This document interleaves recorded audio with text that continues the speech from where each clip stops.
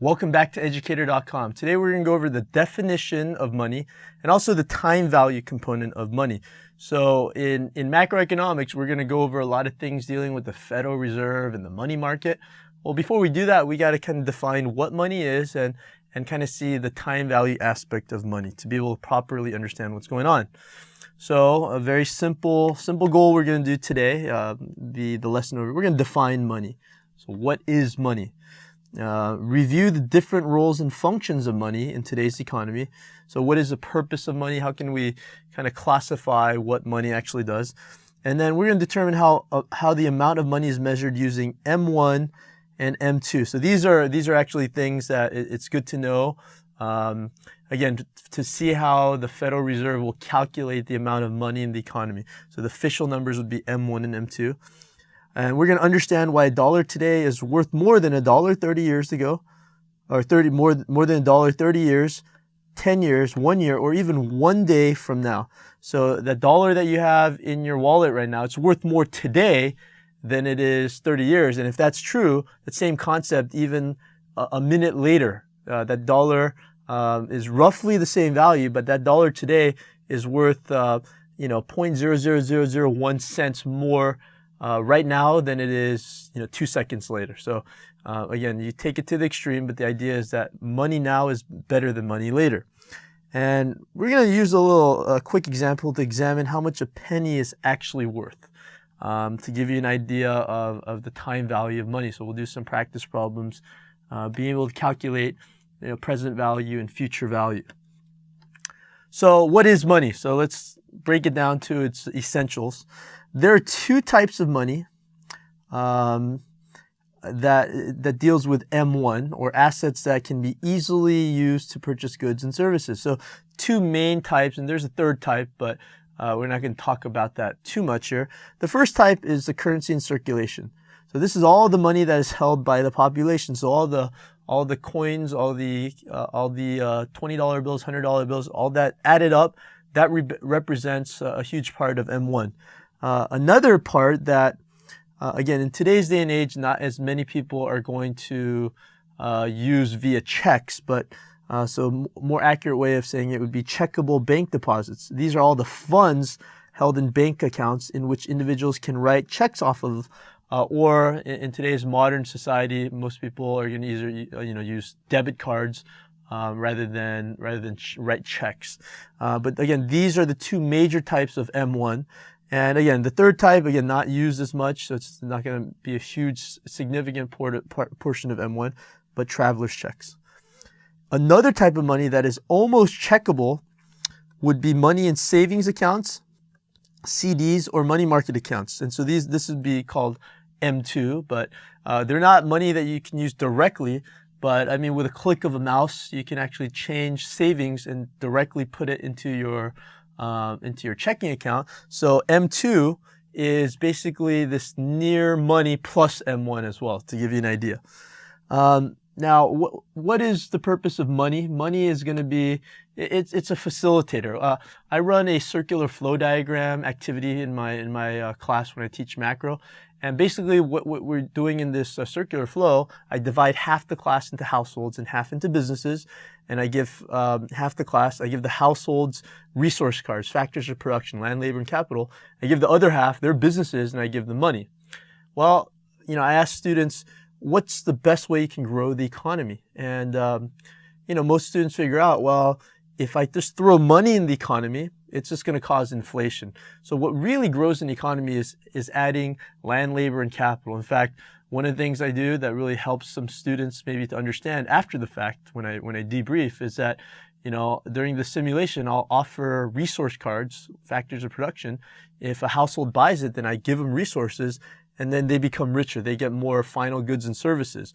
But if I just throw money in there, all it does is it causes prices of what's being sold to go up.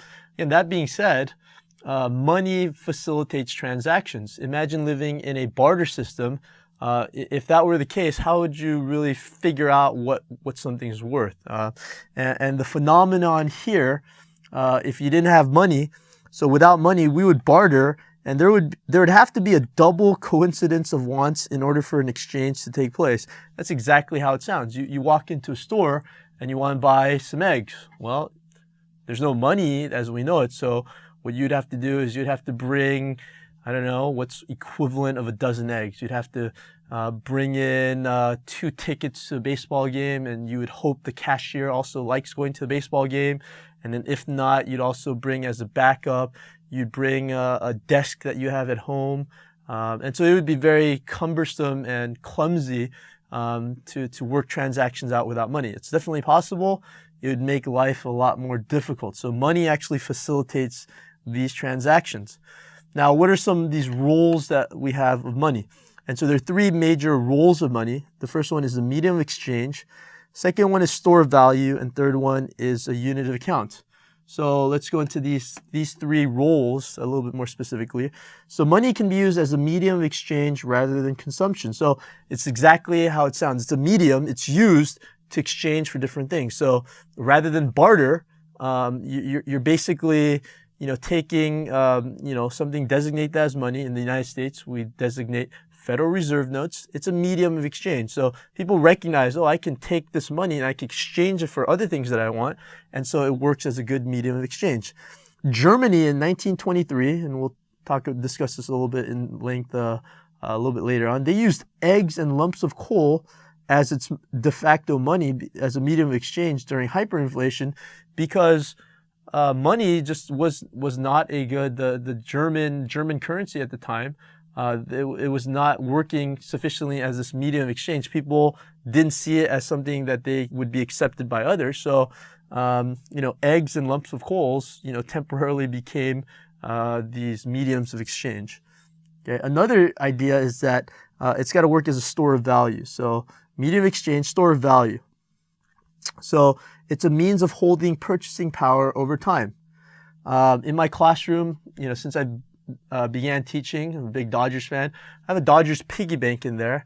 And anytime I have change, I just deposit into this piggy bank. And I know if I hold on to it, a couple of days, couple of months, maybe even a couple of years, I hold on to the change, I take the change out, I can still use the money. Now, money might not be the best store of value. Maybe it loses some of its value through inflation, but I can pretty confidently put in a quarter into my piggy bank and it's going to reasonably hold some value. Can't be said with all currencies, but money is ideally supposed to hold store of value. For example, let's give a very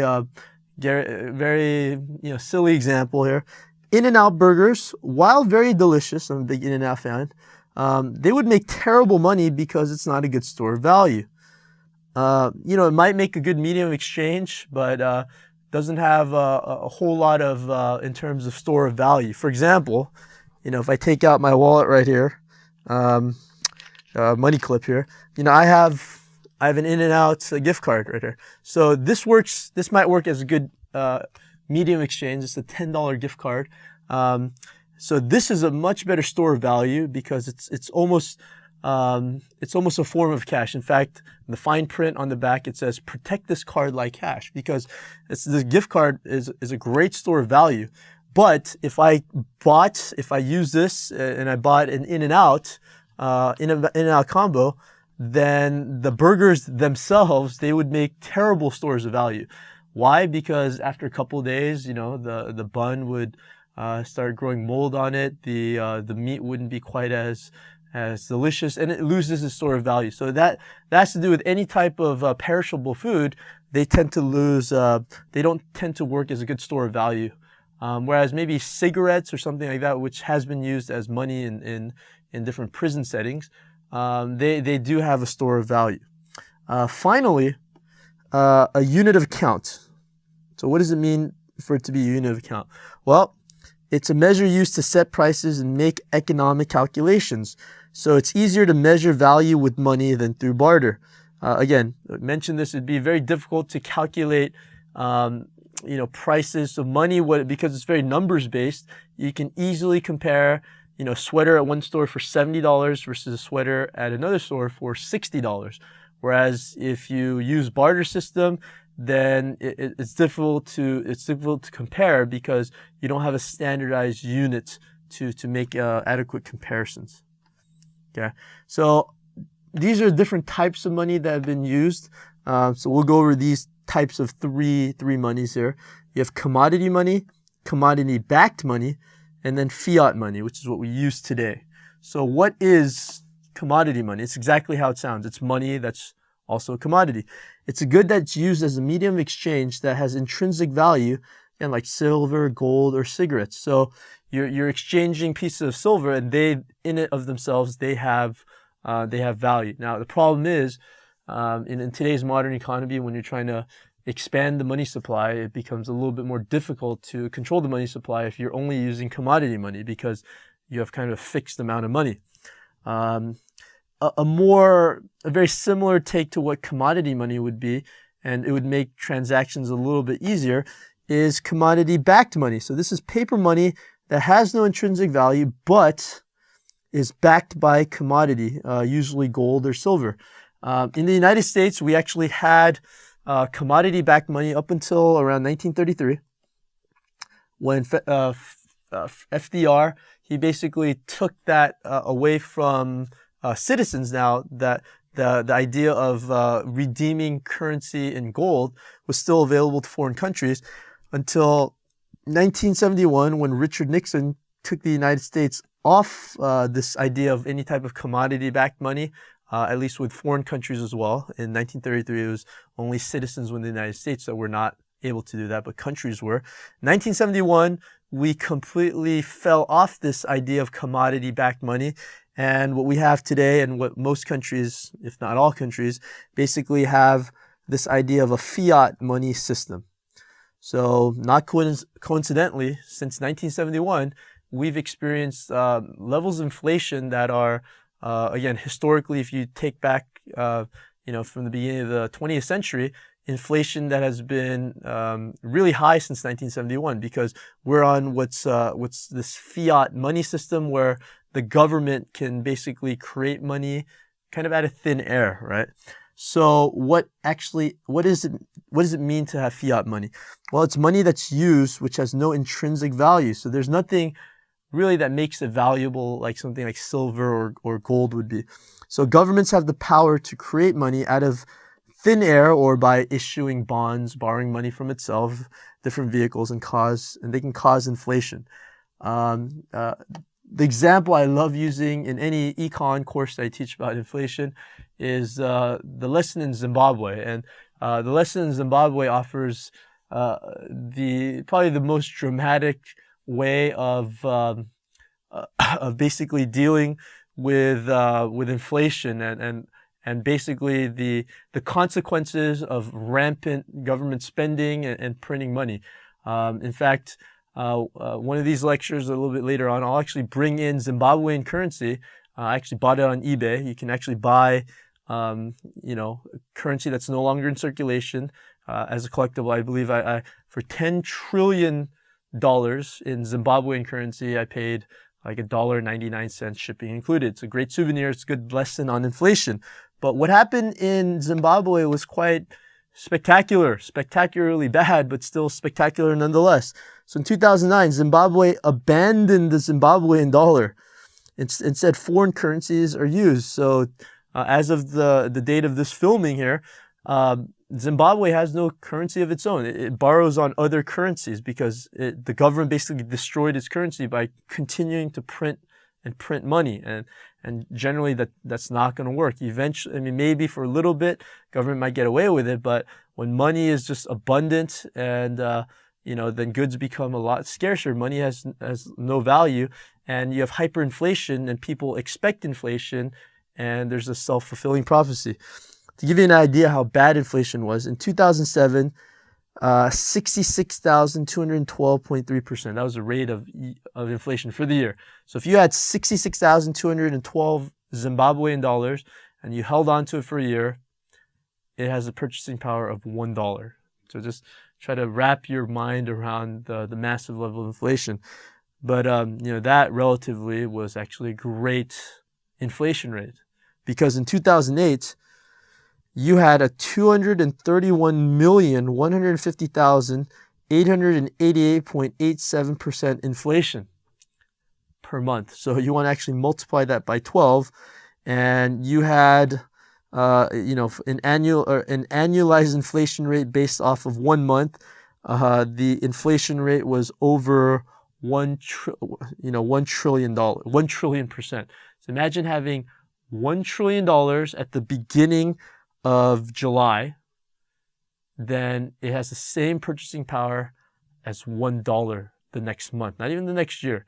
And later on, by 2009, the currency became obsolete, so it had no value. So Zimbabwe is a good lesson to see how inflation can destroy an economy. Clearly, the United States, probably will never get to that level. But if anyone is tempted to say, "Oh, why doesn't the United States simply eliminate its $17 trillion debt by, creating $17 trillion coins and paying that off?" You look at Zimbabwe, and obviously in the United States, it might be able to absorb a little bit.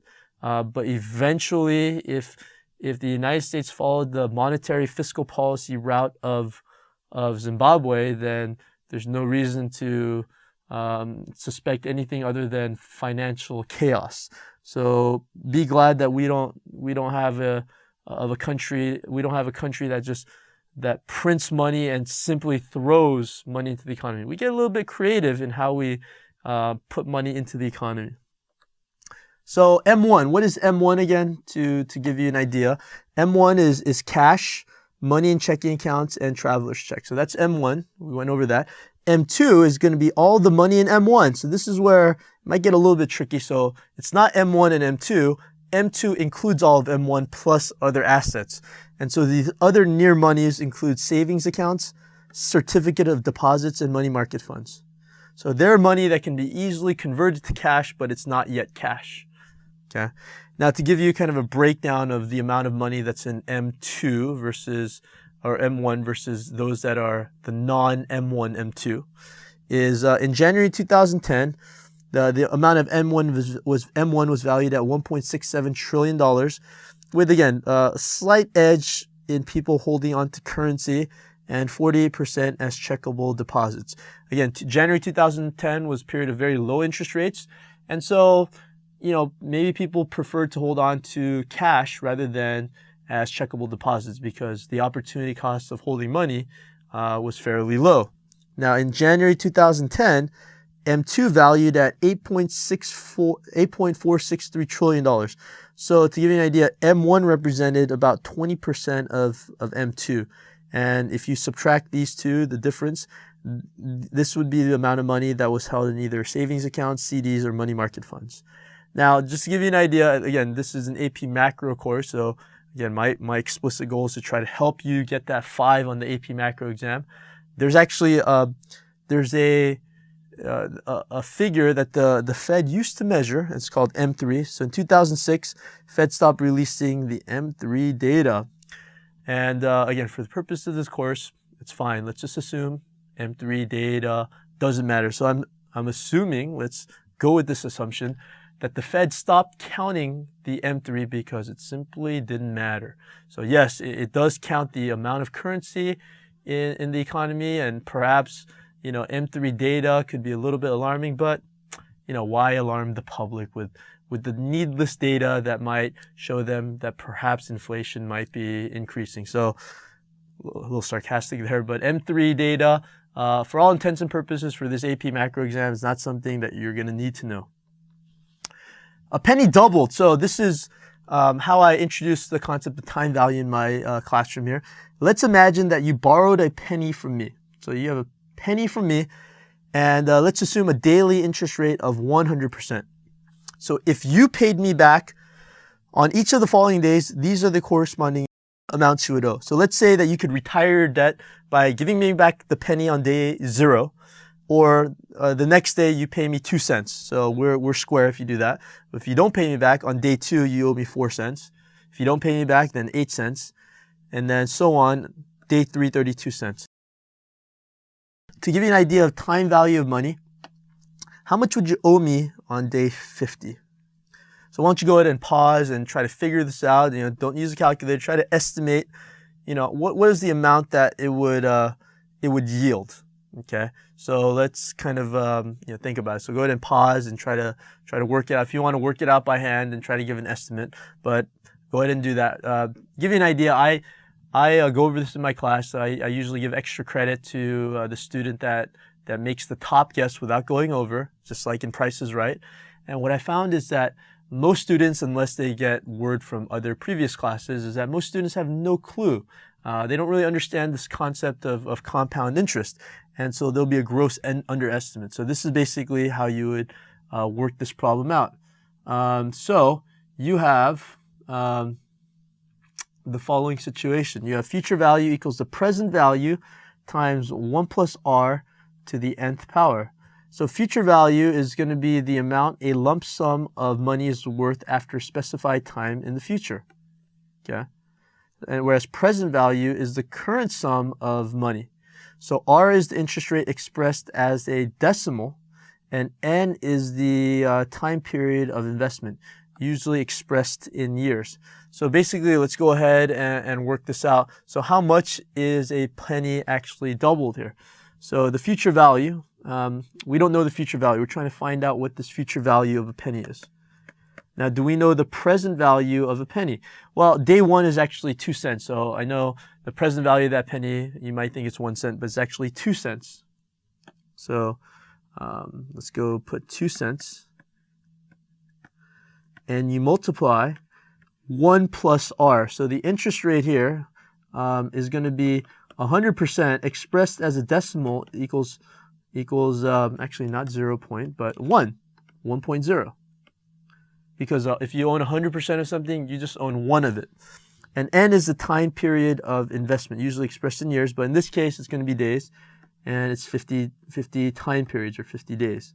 So 1 plus 1 to the 50th power, so 0.02 times 2 to the 50th power. So what's that going to equal? It's going to equal 22.5. Now, if you did the calculations already, then you're going to see that that's not quite 22.5. It's actually 22.5. If I'm not mistaken, I don't know specifically, it might be 10 to 13th, but basically $22.5 trillion. So I can legitimately say to a student, a penny today is the same as upon repayment, 50 days, with day one being 2 cents.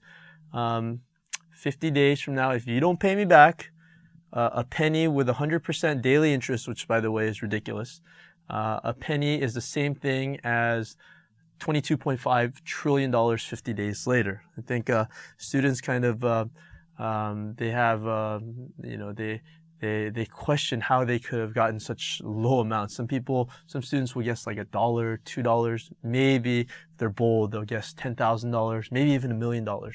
But if they put $1 million, guess what? They're off by $22.5 trillion. Okay. So again, you take this value here.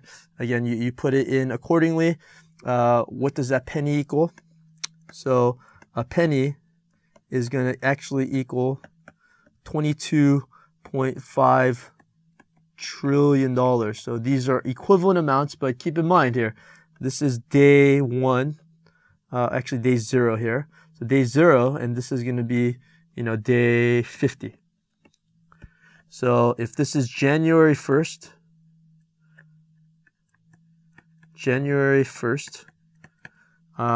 that penny is going to equal that amount sometime in mid-February. Okay. Again, to put it into form, FV equals 0.02, 1 plus 1 to the 50th power, and you get that $22.5 trillion. So this is something that really highlights the idea that $1 today simply is not worth $1 tomorrow. Penny today is not worth a penny the next day. Again, the amounts are incredibly small that you're dealing with here, but when you keep on multiplying and repeating the process, then you can see how money, changes value over time. So winning the lottery, so kind of a fun example. In January 2011, there's a lady by the name of Holly Lottie. She split a $380 million jackpot.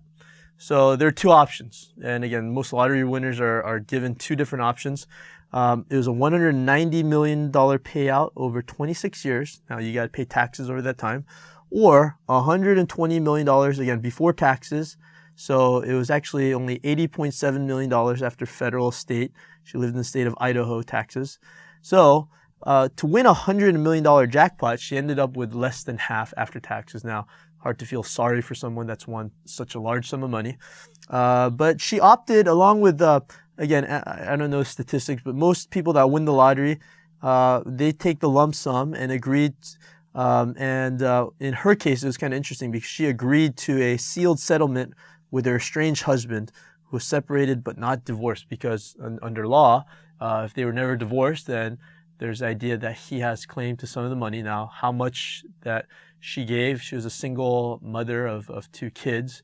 She actually relocated to the state of California to deal with that.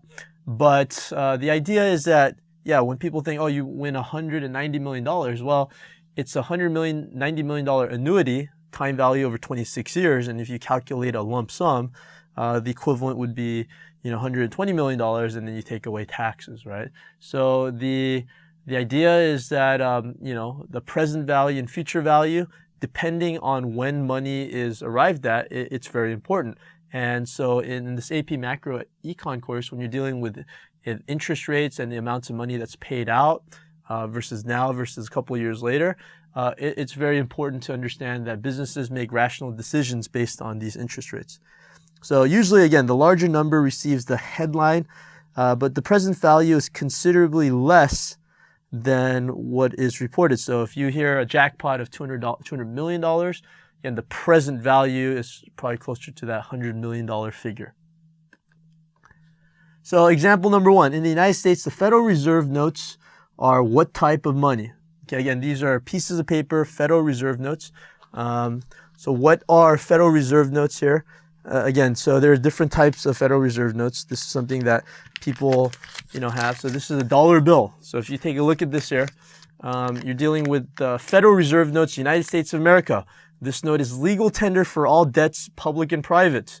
In God we trust, right? So you have the $1 bill here, and this is a form of currency here. So what type of money is it? Is it commodity money? Well, no, it's not. It's not gold at all. So it wouldn't classify under commodity money. So let's block that out. Is it commodity-backed money? Okay, it's not commodity-backed money either. Remember, you can't go into a bank and say, I want $1 worth of gold. There's nothing backed by that dollar. Is it backed by gold? It's not backed by gold at all either. So again, commodity-backed money would be, backed by gold would be a specific way of looking at it. Is it backed by a combination of gold and silver? Absolutely not as well. And so the reason why the Federal Reserve notes are actually accepted is because the government says it's money and we accept that. So most currencies today, money is money because the government says it's money, and that's fiat money. So they've declared by fiat that, money is money. Okay, so example number two. So if you transfer $100 from your checking account to your savings account, what happens to the M1 money supply? So M1 is actual money. So if you go on your bank and you log on and you transfer checking account money into your savings account, what happens to the value of M1 money supply? So M1 is actually going to decrease. If you take a look at that, is it increasing by 100? Absolutely not. Does it decrease by 100? Yes, it goes from M1 to M2. So you transfer the M1 money is actually transferred into the non-M1 money. So it decreases by $100. It doesn't stay the same. It doesn't increase first and then decrease, or none of the above. It just decreases by 100. So you just take out of the M1 and you put it into the non-M1 M2. So M1 actually shrinks. Okay, question number 3, very similar question, but has a slightly different answer. If you transfer $100 from your checking account to your savings account, what happens to the value of the M2 money supply? So let me give you a little visual example to highlight what I was saying for the previous example. Okay, so you have M1, which again, let's say that, you know, this is cash, and then you have checking here. So all of this is M1 here. Now, how does M2 look like? So M2 is going to be bigger here. So now here's this. Here's M1 money. So this is M1 money. So this is checking plus cash right here, and you have traveler's checks. And then this is non-M1 M2 money. So M2 money is categorized as M1 money or non-M1 M2 money.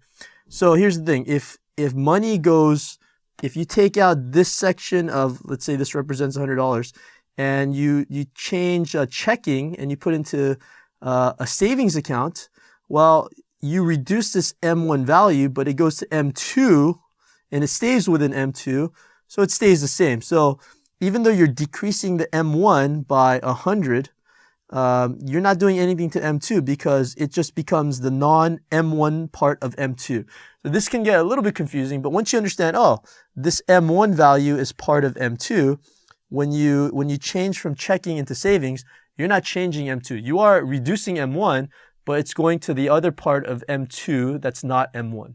So basically all told, it stays the same. So these answers are all incorrect. And finally, an example with present value here. So if you have a calculator, it's great, but you can actually figure this out without doing any hard calculations. So assume an interest rate of 10%. If you were to pay your friend an amount of $1,000 in 2 years, what is the present value of that amount? So in other words, what is the fair value your friend ought to lend you today for $1,000 in 2 years? So, that's kind of an interesting question. So you just basically plug and chug with this formula here. So FV equals PV 1 plus I to the nth power. So you're trying to find the present value. So the present value, so you know the future value is $1,000. You're trying to find the present value. What is the interest rate? 1 plus I. So 10% equals 0.1. So 1 plus I equals 1.1. And then it's going to be 2 years here. So 1,000 divided by 1.1 to the second power. So 1.1 to the second power. You can cancel this out here.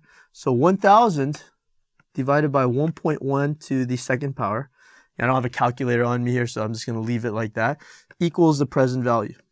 So 1,000 divided by a number greater than 1. So you know that you can eliminate C, D, and E because they're all numbers that are either equal to 1,000, and 1,000 divided by 1 equals 1,000, so that can't be the case.